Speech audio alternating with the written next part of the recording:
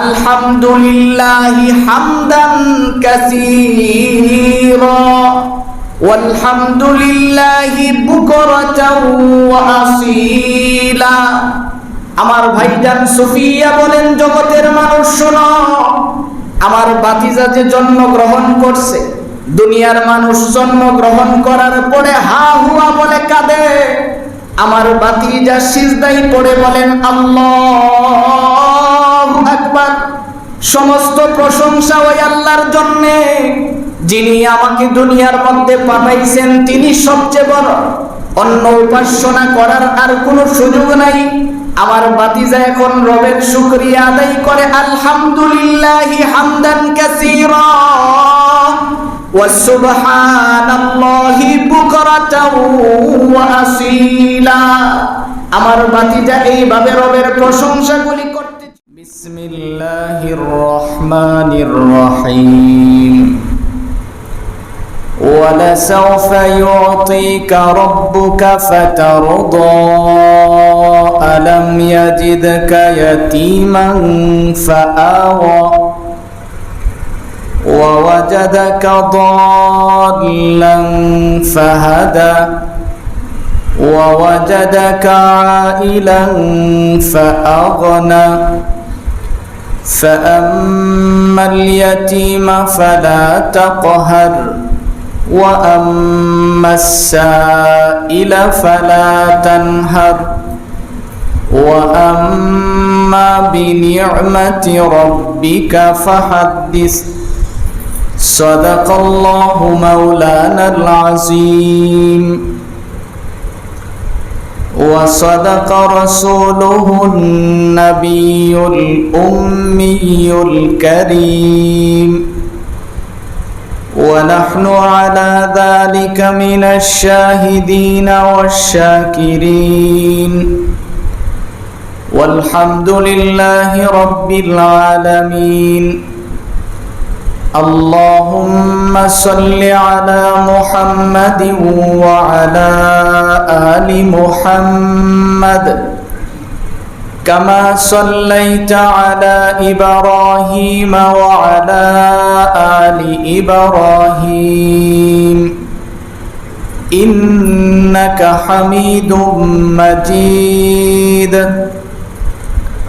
اللهم بارك على محمد وعلى آل محمد كما باركت على إبراهيم وعلى آل إبراهيم إنك حميد مجيد لا إله إلا الله الحليم الكريم سبحان الله وبحمده سبحان الله العظيم سبحانك لا علم لنا إلا ما علمتنا إنك أنت العليم الحكيم نهاية قابل احترام উপস্থিত দেশ ও জাতির কর্ণধার হযরত উলামায়ে কেরাম, অত্র এলাকার বিভিন্ন অঞ্চল থেকে আগত ইসলাম প্রিয় মুসলিম ভাইরা, মহান রব্বে কারীমের দরবারে অসংখ্য গণিত শুকর আদায় করছি, যিনি অত্যন্ত দয়া করে মেহেরবানি করে আমাদের হায়াতটাকে দীর্ঘায়িত করে সুস্থ শরীরে পবিত্র জুমার দিনে আল্লাহর ঘর মসজিদে বসে নামাজের পূর্বে কোরআন ও হাদিস থেকে কিছু কথা শোনার তৌফিক দিয়েছেন। এই জন্য আমরা সকলেই পড়ছি আলহামদুলিল্লাহ। আমার ভাই, আমি আপনাদের সামনে পবিত্র কোরআনে কারিমা থেকে সূরা দুহার ৬ নম্বর আয়াত থেকে শুরু করে সর্বশেষ আয়াত পর্যন্ত তিলাওয়াত করেছি। আল্লাহ তাআলা যেন তিলাওয়াতকৃত আয়াত এবং হাদিসের আলোকে আমাকে ইখলাসের সহিত কিছু কথা বলার এবং আপনাদের সকলকে আমল করার নিয়তে শোনার তৌফিক দান করুক। সকলে বলি আমিন। মুহতারাম ভাই, আমরা জানি আরবি এই মাসটা হলো রবিউল আউয়াল মাস। আজকে হলো রবিউল আউয়ালের দ্বিতীয় জুমা। গত জুমায় বিশ্বনবী মুহাম্মদ আরবি সাল্লাল্লাহু আলাইহি ওয়াসাল্লামের গুণাগুণ সম্পর্কে আমরা শুনতেছিলাম। আজকে আমরা বোঝার চেষ্টা করব যে মিলাদুন নবী এবং সিরাতুন নবী এই দুইটা কেন বলা হয়, তার উদ্দেশ্য কি, এই দুই শব্দ দিয়ে আমরা কি বুঝতে পারি। কারণ এই দুইটা শব্দের মধ্যে আমাদের কাছে অনেক ভেজাল কিছু আছে, যার সঠিক ব্যাখ্যাও আমাদের জানা নাই, যার কারণে আমরা কোনোটা করতে যাই কোনোটার উপরে আঘাত করে কথা বলি। এই জন্য এই বিষয়গুলি মুসলমান হিসাবে আমাদের বোঝা অনেক বেশি দরকার। এই কারণেই আমি আপনাদের সামনে যে আয়াতগুলি তেলাওয়াত করেছি, এই সূরাটা অত্যন্ত প্রসিদ্ধ একটা সূরা। কোরআন শরীফের মধ্যে আল্লাহ রাব্বুল আলামিন 114 খানা যে সূরা নাজিল করেছেন, এই সূরাগুলির ভিতরে এই সূরাটা হলো 93 নম্বর সূরা সিরিয়ালগত দিক থেকে। তাফসীরের কিতাবের মধ্যে পাওয়া যায় এই সূরাটা পুরাটাই আল্লাহ তাআলা মক্কাতে নাজিল করেছেন। একটু পিছন থেকে আমরা ইতিহাসটা বুঝে আসলে আমাদের জন্য সহজ হবে। আপনার আমার নবী বিশ্ব নবী মুহাম্মদ আরবি সাল্লাল্লাহু আলাইহি ওয়াসাল্লাম পৃথিবীতে কত বছর ছিলেন? জি, সবাই শিওর? 63 বছর ছিলেন নবীজি। এই 63 বছরকে তাফসীরের কিতাবের মধ্যে ভাগ করা হয়েছে 3 ভাগে। 40 বছর নবীজির জিন্দেগিতে যা করছেন, একটা কাজও আমাদের জন্য পালনীয় নয়, বর্জনীয় নয়। 40টা বছর পর্যন্ত নবীজির নবুয়ত পাওয়ার পূর্বে চলে গেছেন। নবুয়ত পাওয়ার পরে 13 বছর মক্কি জিন্দেগি আর 10 বছর মাদানী জিন্দেগি।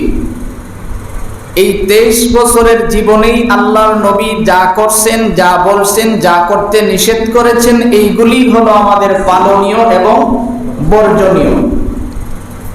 এই 23 বছরের ভিতরেই আল্লাহ রাব্বুল ইজ্জত ওয়াল জালাল গোটা 30 পারা কোরআন নাজিল করেছেন। গত জুমায় আমরা শুনেছিলাম যে আমাদের নবীজি পৃথিবীতে আগমন করার পূর্বে কিছু ঘটনা ঘটেছিল। আজকে আমরা নবীজির আগমন থেকে শুরু করে নবীজির বিদায় পর্যন্ত চেষ্টা করব কিছু কথা বলার জন্যে। শুরুতেই আমরা বুঝে নেই মিলাদ শব্দের আবিধানিক অর্থ হলো জন্ম। তো কাজেই কারো জন্ম নিয়ে কিন্তু আলোচনা করার কোনো সুযোগ থাকে না। যেমন ধরেন আপনার আমার নবী বিশ্ব নবী পৃথিবীতে আগমন করেছেন, কিভাবে আইছেন, কোত্থেকে আইছেন, কোন অবস্থায় আইছেন, এই জাতীয় বিষয় নিয়ে আলোচনা করার কোনো অবকাশ নাই। এই বিষয়গুলি নিয়ে আলোচনা পাগল ছাড়া আর কেউ করে না। এই জন্য ভালো করে বুঝতে হবে যে নবীজি পৃথিবীতে আগমন করছেন, এতে আমরা খুশি না বেজার? বেজার হওয়ার কোনো কারণ আছে? কোনো দিক থেকেই নাই। কারণ আমরা গত জুমায় শুনছি যে আমাদের পূর্বে যত নবী রাসূল ছিল তারাও তো এই নবীর উম্মত হইতে চাইছেন, আর আমরা বিনা দরখাস্তে আখিরি নবীর উম্মত হতে পারছি, এতে তো আমরা দ্বিগুণ খুশি হওয়ার কথা। তো এই জন্য আসুন নবীজির জন্মে আমরা সবাই আনন্দিত, সবাই খুশি, এতে কোনো সন্দেহের লেশ মাত্রাও নাই। তো নবীজির আগমনের তারিখের ব্যাপারে সমস্যা ছিল। 8 তারিখ, 9 তারিখ, 12 তারিখ, 3টা তারিখ ছিল নবীজির আগমনের। আর নবীজি যেদিন চলে গেছেন এটা 100% শিওর 12ই রবিউল আউয়ালে। তো কাজী নবীজির আগমনে যদি কেউ কোনো আনন্দ করতে চায় তাইলে কয়দিন করানো লাগবে? জি, 3 দিন।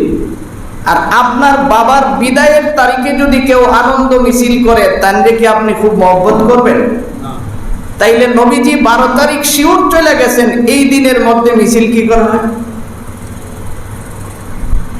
এবার আসুন মিছিলটা আপনি দেখলে বুঝতে পারবেন যে কত যে বিশ্রী ধরনের মিছিল আমাদের দেশে হয়েছে। আপনারা আমার চেয়ে বেশি জানেন। নেটে আপনারা সবাই দেখতেছেন কোন হালতে, কোন অবস্থায়, যে কত বিশ্রী, যেগুলি ইসলাম ধর্মে কোনোদিন সমর্থন করে না, কারণ মুসলমান হিসাবে নবীজির আগমনে আমরা সবাই আনন্দিত। এখন আগমন নিয়ে কিছু বলা যাবে না, কারণ আগমনের পরে নবীজি যা যা করছেন এইগুলি হলো আমাদের মূল বিষয়। আপনি 23 বছরের জিন্দেগির নাম হলো সিরাতুন নবী, তার মানে নবীজির জীবনী, অথবা নবীজি যা করছেন এইগুলি হলো নবীজির অবস্থা। এই বিষয়গুলি আমাদের বোঝার বিষয়। আরেকটু সহজ করে বলি যে নবীজির আগমন নিয়ে আপনার আমার কিছু করার সুযোগ নাই, কারণ নবীজি যেদিন দুনিয়াতে আগমন করছেন, আগমন করার সময় নবীজির আপন ফুফু, যার নাম ছিল সুফিয়া, উনি বলেন যে আমি যখন শুনছি যে আমার ভাই আব্দুল্লাহ দুনিয়াতে নাই, তার স্ত্রী সন্তান প্রসব করবেন, আমি তার ঘরের ভিতরে গেছি। যাওয়ার পরে এই সন্তান দুনিয়াতে আসার যে আলামত আছে, স্বাভাবিকভাবে একটা সন্তান যখন দুনিয়াতে আগমন করে তার পূর্বের থেকে মায়ের পেটে অনেক ব্যথা হয়, অনেক কষ্ট হয়। অনেক সময় দেখা যায় গর্ভবতী মহিলারা দাঁড়িয়ে আছে, দাঁড়ানোর থেকে হঠাৎ করে বসে যায়, ব্যথায় কাতরাচ্ছেন, জিজ্ঞেস করলে জবাব দেই ভিতর থেকে বাচ্চা তারে লাথি মারছেন। কিন্তু আপনার আমার নবী, বিশ্ব নবী মুহাম্মদ আরবি সাল্লাল্লাহু আলাইহি ওয়াসাল্লাম যেই কয়দিন মায়ের গর্ভে ছিলেন, আমিনা বলেন যে আমার জীবনে আমার পেটের ভিতরে যে সন্তান আছে এই কথাটাও আমি কোনোদিন বুঝি নাই। সুবহানাল্লাহ। নবীজির ফুফু সুফিয়া বলেন, আমি আমার বাতিজা হওয়ার পরে বাচ্চা যারা প্রসব করায় তাদের কিছু নিয়ম নীতি থাকে, আগের থেকেই তুলা, প্লেট, সেভলন অনেক কিছু সতর্কতামূলক রাখি। সুফিয়া বলেন আমি গেলাম যে প্লেট নিয়ে, যে আমার বাতিজা জন্মগ্রহণ করছে, তার নাক থেকে তো কাটতে হবে, মায়ের সাথে সন্তানের নাভির যে কানেকশন থাকে এটাকে বিচ্ছিন্ন করা লাগবে। আমি যায়া দেখি আমার বাতিজার আগের থেকেই বিচ্ছিন্ন করা। সুবহানাল্লাহ। তাহলে আপনি বলুন, নবীজি যেইভাবে আসছেন এইভাবে কি পৃথিবীতে কেউ আসা সম্ভব? তাহলে এই বিষয়টা নিয়ে কথা বলার কোনো সুযোগ আছে? যেইভাবে আইছে এইভাবে আসার কোনো সুযোগ নাই। সুফিয়া বলেন আমি এখন দেখতে গেলাম যে এই সন্তান যে জন্মগ্রহণ করছে ছেলে না মেয়ে, এটা দেখার জন্য আমি যখন শিওর হওয়ার জন্য গেলাম, দেখলাম যে আমার বাতিজা আগের থেকেই খতনা করানো অবস্থায় আছে। সুবহানাল্লাহ। তাহলে এটাও তো সম্ভব না। তাইলে আপনি মিলাদ নিয়ে নবীজির জন্ম থেকে কিছু পাওয়ার মতো আপনার নাই, নবীজির জীবনীর থেকে অনেক কিছু আপনার পাওয়ার আছে। তারপর দেখেন আমাদের সন্তান যখন জন্মগ্রহণ করে সিট হয়ে শুয়া চিৎকার দেয়। সুফিয়া বলেন আমি দেখলাম যে আমার বাতিজা হওয়ার পরেই জমিনে যেইভাবে মানুষ সিজদা করে এইভাবে সিজদা দিয়ে পড়ে আছে। সুবহানাল্লাহ। সিজদা দিয়ে পড়ার পরে আমার কাছে গুনগুন একটা শব্দ আমার কানের মধ্যে বাজছে। আমি এটা শিওর করার জন্য আমার কানটা আমি বাতিজার মুখ বরাবর নিলাম। নেওয়ার পরে দেখতেছি যে আমার বাতিজা কয়েকটা শব্দ উচ্চারণ করেছেন, সিরাতের কিতাবের মধ্যে হুবহু সেই শব্দগুলি লেখা হয়েছে।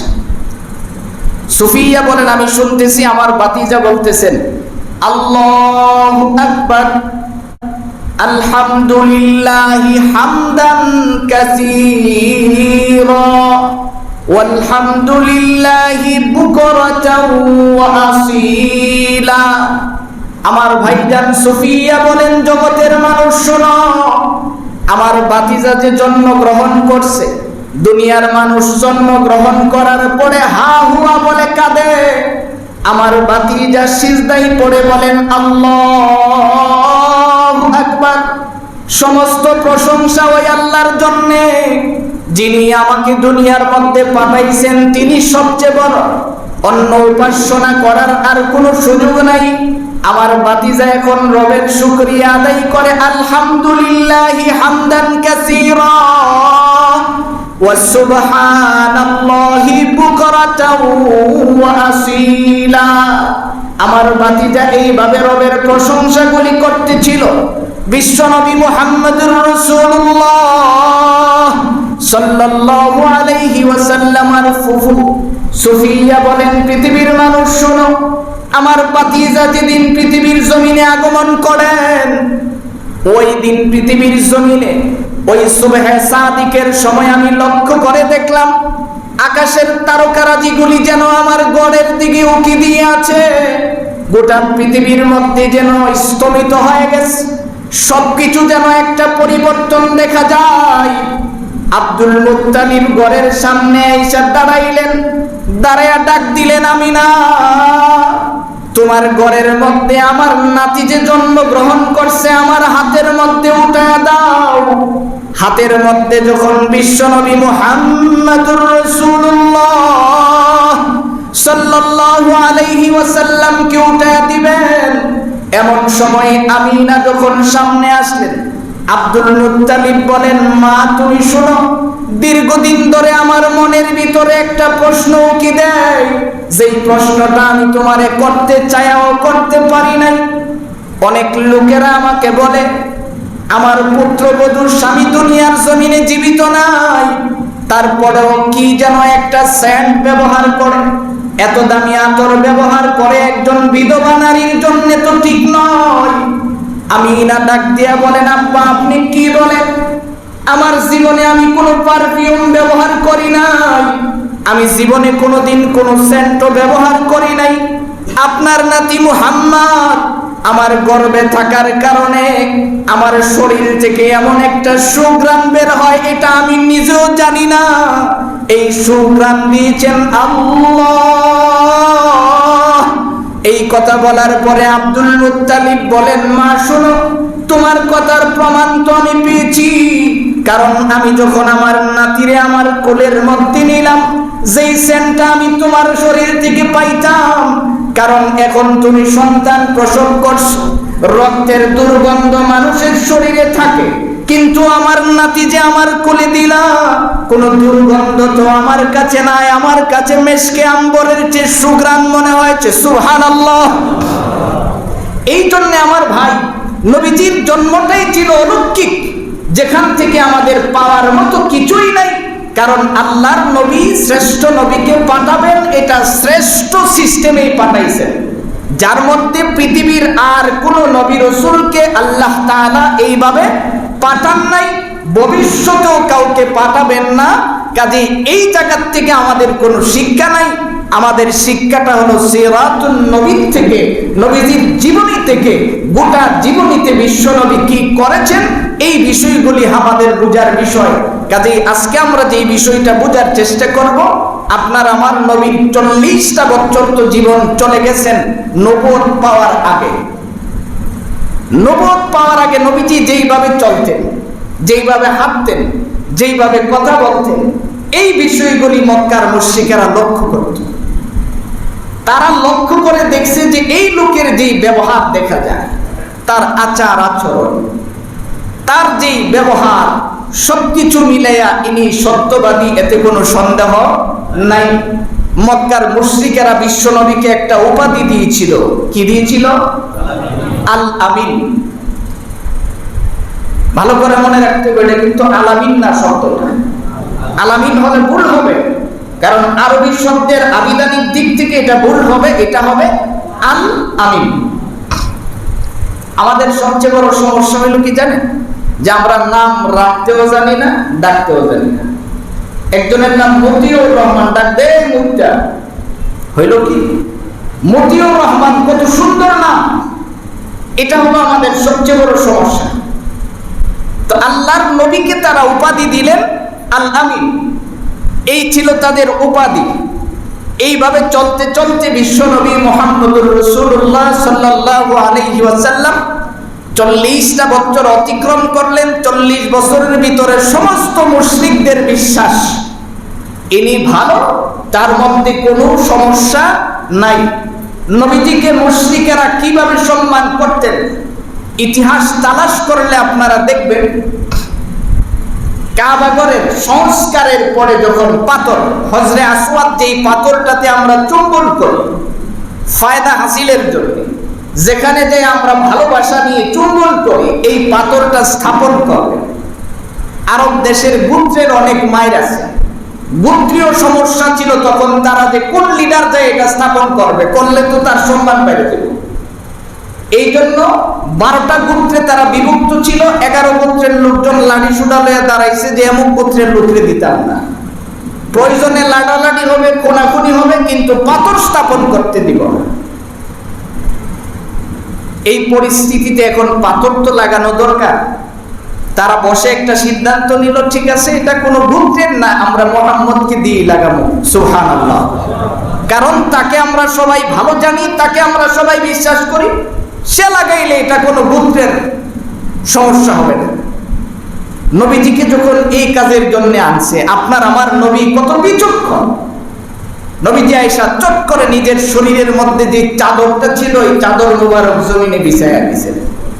বিছায়া দিয়া বিশ্ব নবী নিজ হাতে পাথরটা তার উপরে রাখছেন। রাইখা এখন 12 গোত্রের 12 জনকে ডাক দিয়ে বলছেন যে তোমরা 12 জন আমার চাদরের মধ্যে ধরো।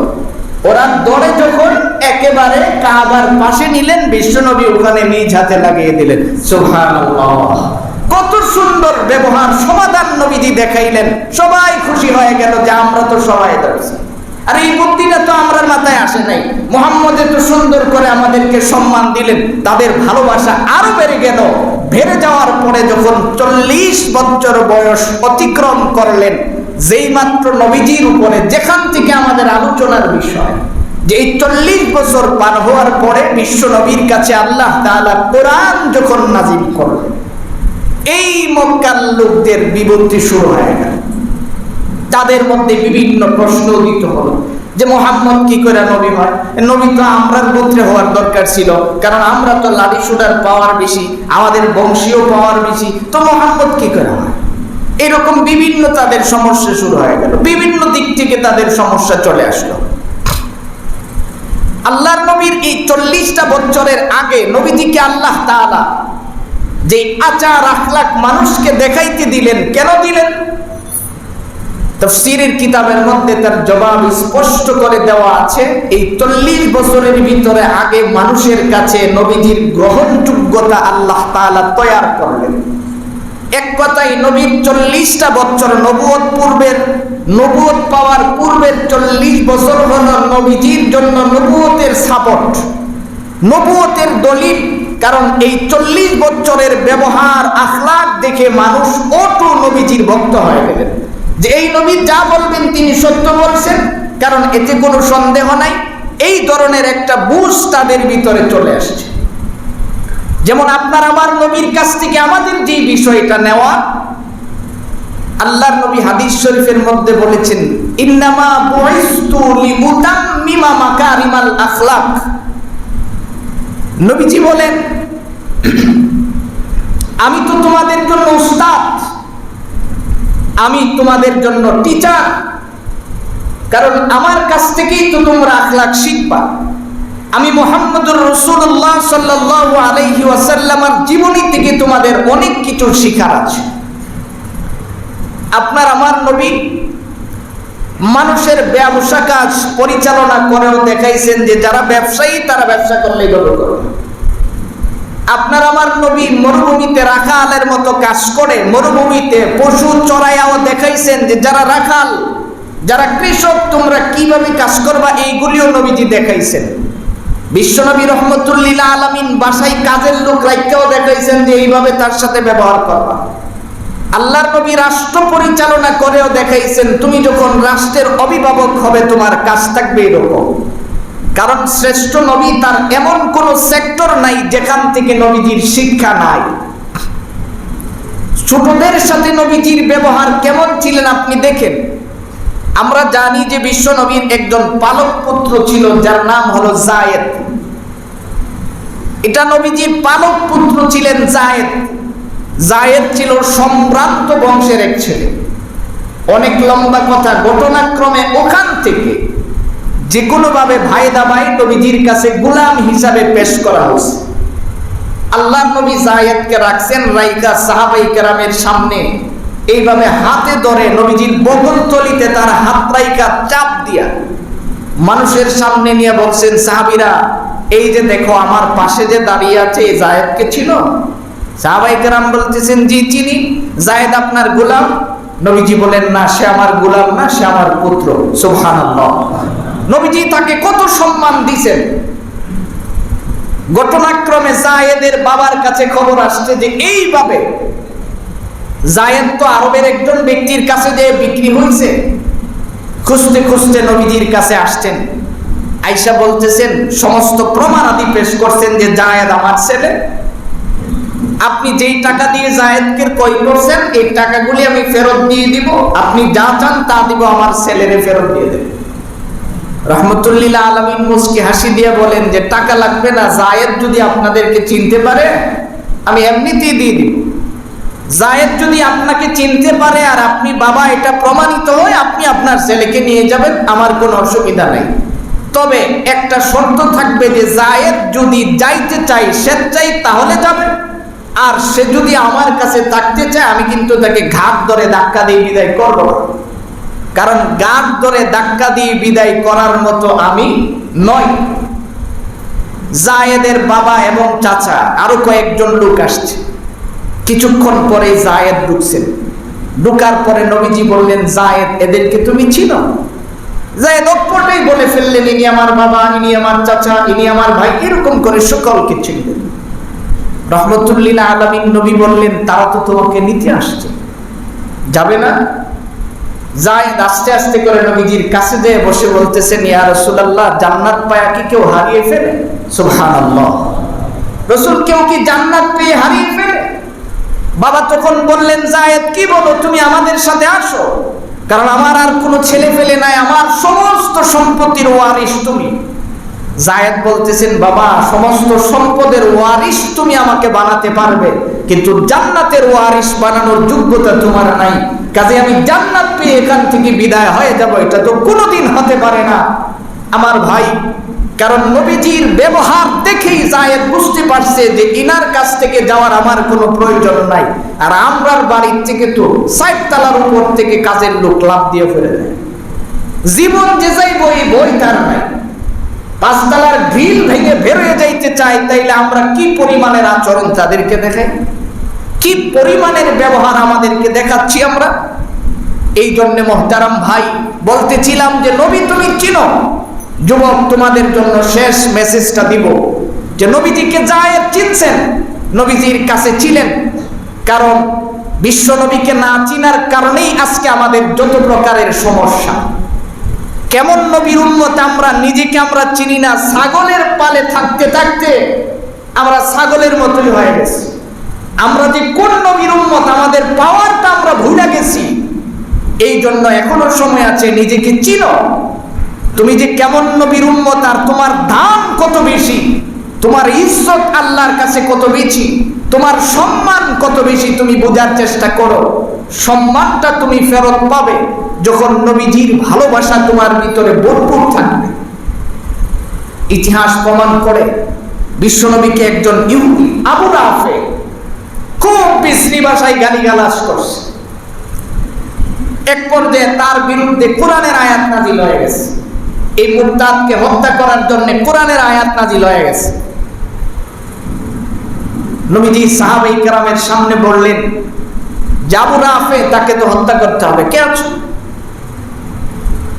অন্ধ একজন সাহাবী আব্দুল্লাহ ইবনে উতাইফ, চোখে দেখে না, চোখের আলো নাই, অন্ধ, দাঁড়িয়ে বলতেছে, রাসূল আমার যদি একটু অনুমতি দিতেন, আমি খেদমতটা করতে চাই।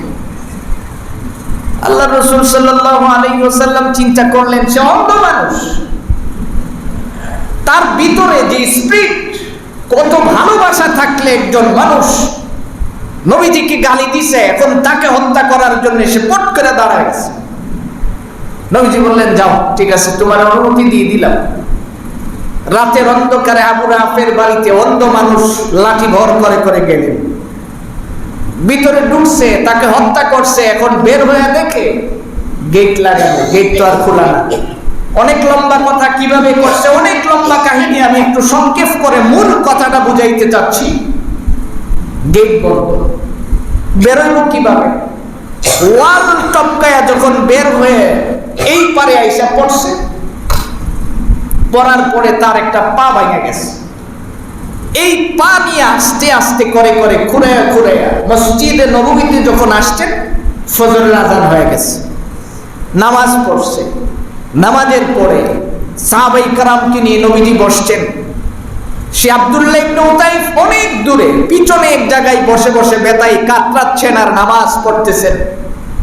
ঠিক এই সময়ে জিবরাইল চলে আসছে, আয়েশা নবীজিকে শুনাইলেন, হুজুর, সে আবু রাফে মুরতাদকে তো হত্যা করা হয়েছে, ইহুদিকে আপনার সাহাবী হত্যা করে ফেলেছেন।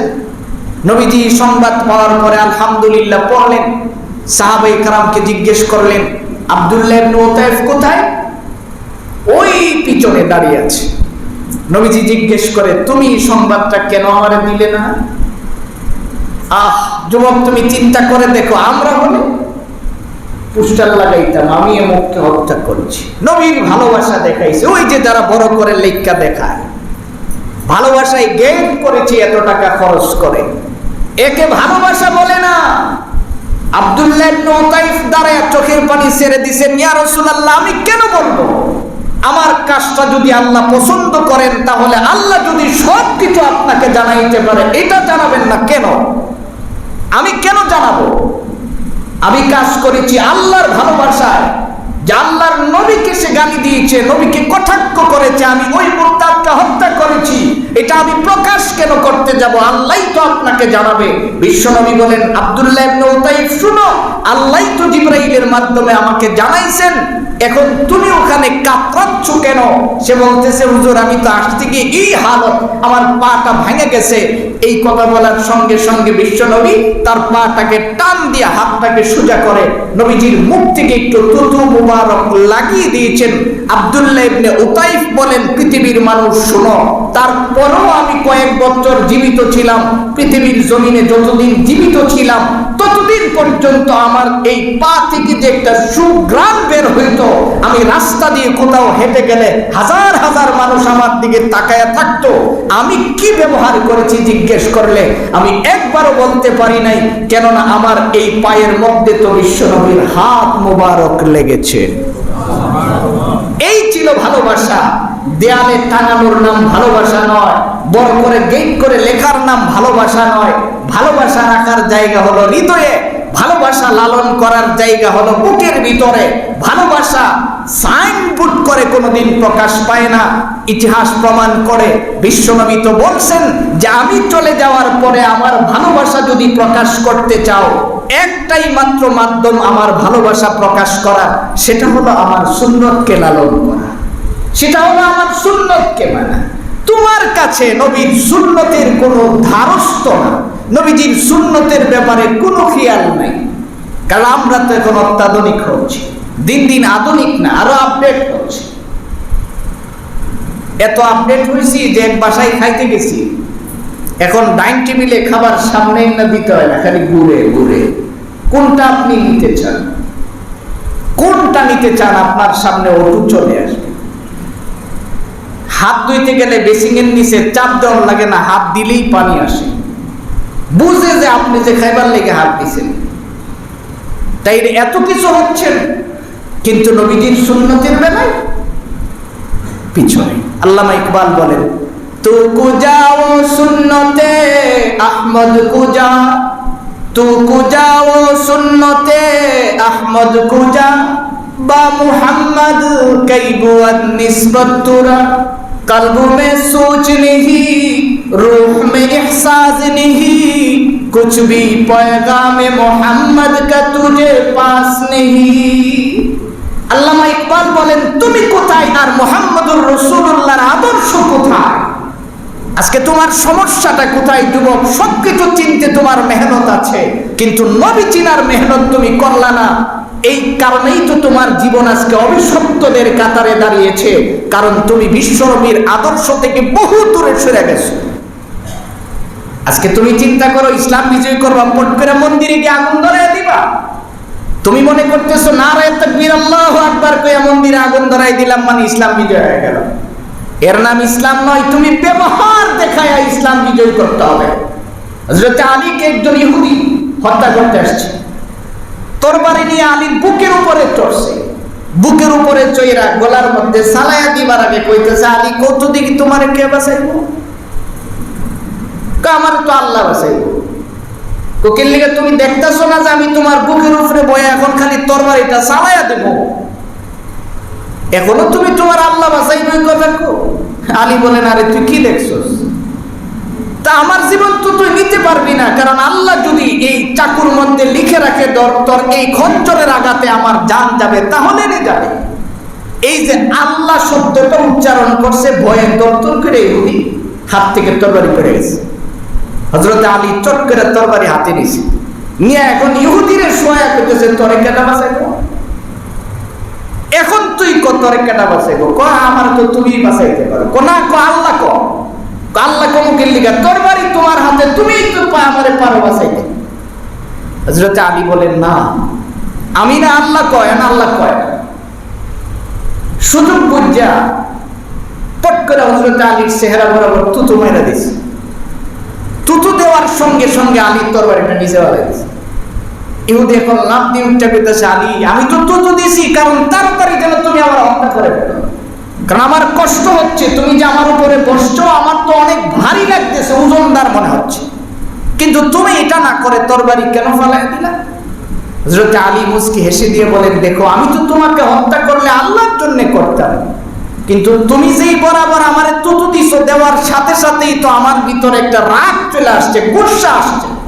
এখন যদি তোমার আমি হত্যা করি, তাহলে এই হত্যার জবাব আল্লাহর কাছে দিতে হবে, কেননা এটা আল্লাহর জন্য আর হইল না, শুধু রাগের কারণে হইল, এই জন্য তোমার আমি ছেড়ে দিছি। এবার ইহুদি কয়, তোমাদের ধর্মের এত সুন্দর যে যা করো আল্লাহর জন্য করো, আর দরকার নেই, এখন আমার কালিমা পড়ে মুসলমান বানিয়ে দাও। সুবহানাল্লাহ। মুহতারাম ভাই, এই জন্য বলতেছিলাম, যুবক তুমি তো ভালোবাসা সিনাই লালন করবে, ভালোবাসা দেয়ালে থাকবে না। বিশ্ব আশিকে রাসূল দেয়ালে লেখা দেখানো লাগবে না, এটা তুমি সিনার ভিতরে তুমি লালন করো। কেননা সাহাবাই কারাম নবীজির কাছ থেকে শিখেছেন। বিশ্বনবী বলছেন যে আমার ভালোবাসা যদি কাহারো সিনাই থাকে, আমার ভালোবাসার বহিঃপ্রকাশ ঘটবে একমাত্র সুন্নতের মাধ্যমে, এছাড়া আর ভালোবাসা বোঝানোর কোনো সুযোগ নাই। মূর্তি ভাঙ্গা লাইলেই ইসলাম বিজয়ী বুঝায় না, এইগুলি জায়েজ নয়। কারণ অপর ধর্মে যারা আছে তাদেরকে স্বকীয়তা বজায়া কাজ করার যোগ্যতা এটা নবীতে রাইখা দেখাইয়া দিয়ে গেছেন। বিশ্বনবী বলছেন তাদের কাজ তাদেরকে করতে দাও, তোমার ব্যবহার দেখে যদি তারা ইসলামের দিকে ধাবিত হয় এটা ভিন্ন বিষয়। ইতিহাস তালাশ করে দেখো, পারস্য যখন বিজয় করতে গেলেন যুদ্ধের মধ্যে ময়দানে, হুযায়ফা ইবনুল ইয়ামান এমন একজন সাহাবী যার কাছে নবীজির কিছু গুপ্তধন ছিল, গোপন কিছু কথা ছিল। এত দামি একজন সাহাবী তার দল বল নিয়ে গেছেন যুদ্ধ করে বিজয় করবে। পারস্য বিজয় করতে যখন গেছে, পারস্যের সম্রাট তাদের সাথে একটা শান্তি চুক্তি করবেন, আগে থেকেই ভয় পেয়ে গেছে। এখন শান্তি চুক্তি করতে যায় যখন বসছেন, তাদেরকে এক বাসায় নিয়ে মেহমানদারি করবেন, খাবারের আয়োজন করছেন, খাইতে বসছেন সবাই। হুযায়ফা ইবনুল ইয়ামান যখন বসছেন খাইতে, ওনার হাতের থেকে এক লুকমার কিছু অংশ খাবার জমিনে পড়ে গেছে। উনি এটা আবার হাত দিয়া পরিষ্কার করে উঠায়া খাইছেন। তার সাথে আমরার মতো যারা অতি আধুনিক, আধুনিকতার ছোঁয়া যাদের মধ্যে লাগছে, মানুষের সামনে যদি খাবার উঠায় খাই লজ্জা হবে। আমরা দেখতে অনেক সময় মস্কারি করে, ক্রিটিসাইজ করে। তো এই যারা আধুনিক গতি হইছে যে খাবারটা পড়ে গেছে ওখান থেকে উঠে খাবে, হুযায়ফা ইবনুল ইয়ামানকে ধাক্কা দিয়েছে, হাত দিয়া ধাক্কা দেওয়ার সাথে সাথে উনি গরম। কি ব্যাপার, ধাক্কা দিলা কেন? এত বড় বাদশার কাছে আইছেন, আর এখান থেকে মিসকিনের মতো যদি টুকায় আছেন, আপনারে ভয় পাইব? হুযায়ফা ইবনুল ইয়ামান বলেন, কেন তুমি কি নবীজির হাদিসটা শোনো নাই যে খাবারের ভিতরে কোন লুকমাটার মধ্যে আমার জন্য শিফা আছে, কোন লুকমাটার মধ্যে আমার জন্য বরকত আছে, কোন লোকমাটাই আমার জন্য নাজাতের উসিলা হয়, এটা কি তুমি জানো? এটা যদি আমার শিফার হতে পারে, এটা আমার বরকতের হতে পারে, এটা যদি আমার থেকে বিদায় হয়ে যায়, তাহলে এটা আমি কেন ফেলে দেব? এই জন্যই তো আমি উঠে খাইলাম।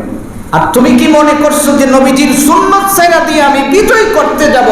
এই ধরনের বিজয়ের আমার প্রয়োজন নাই। এই কথা শোনার পরে পারস্যের সম্রাট কয়, তোমরার সাথে আর যুদ্ধ করার দরকার নাই, আমার এমনি কাকমা পরে মুসলমান বানিয়ে দেবে। এই জন্য আমার ভাই, বিশ্বনবী তো তোমাকে বলছেন যে তুমি আমার সুন্নাত যদি তোমার মধ্যে যত দেখাইতে পারবা, তত ভালোবাসা দিয়ে তুমি আমার কাছে আসবা। আর তোমার জন্যই তো আমি নবী ওয়াদা করছি যে তুমি তো হাসরের দিন সবচেয়ে বেশি আমার নিকটে থাকবা। কারণ যার ভিতরে নবীর সুন্নতের লালন অনুশীলন যত বেশি হবে, হাসরের ময়দানে নবীজি তত কাছে।